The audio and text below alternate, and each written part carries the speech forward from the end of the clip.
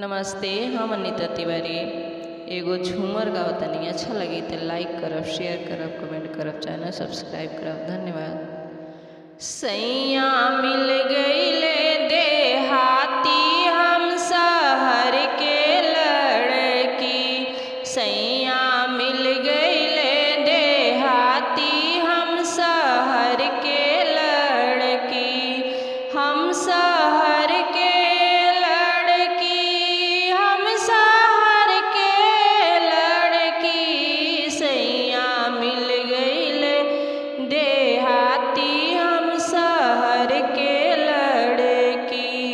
सैया मिल गईले देहाती हम शहर के लड़की। हम खाई पिज्जा बर्गर, सैया मांगे रोटी। हम खाई पिज्जा बर्गर, सैया मांगे रोटी।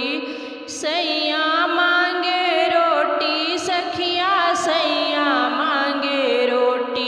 रोटी बेल ही न जानी हम शहर के लड़की, रोटी बेल ही न जानी हम शहर के लड़की। सैया मिल गईले देहाती हम शहर के लड़की।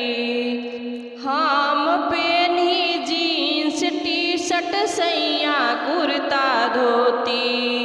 हम पेन्ही जीन्स टी शर्ट, सैया कुर्ता धोती।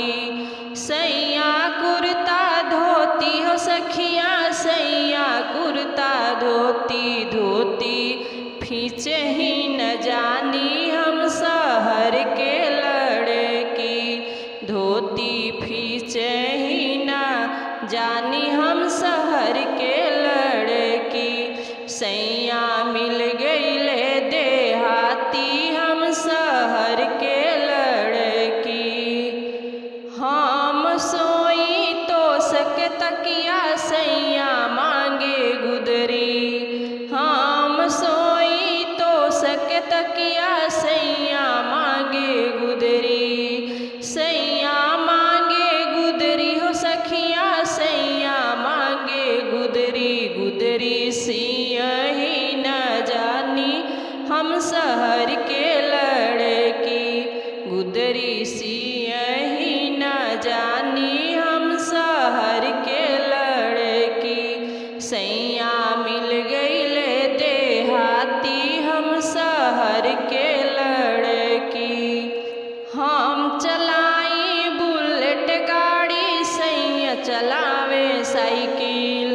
हम चलाई बुलेट गाड़ी, सैया चलावे साइकिल। सैया चलावे साइकिल हो सखिया, सैया चलावे साइकिल। साइकिल पर बैठे ही न जानी हम शहर के लड़की, चचरा पर बैठे ही न जानी हम शहर के लड़की। सैया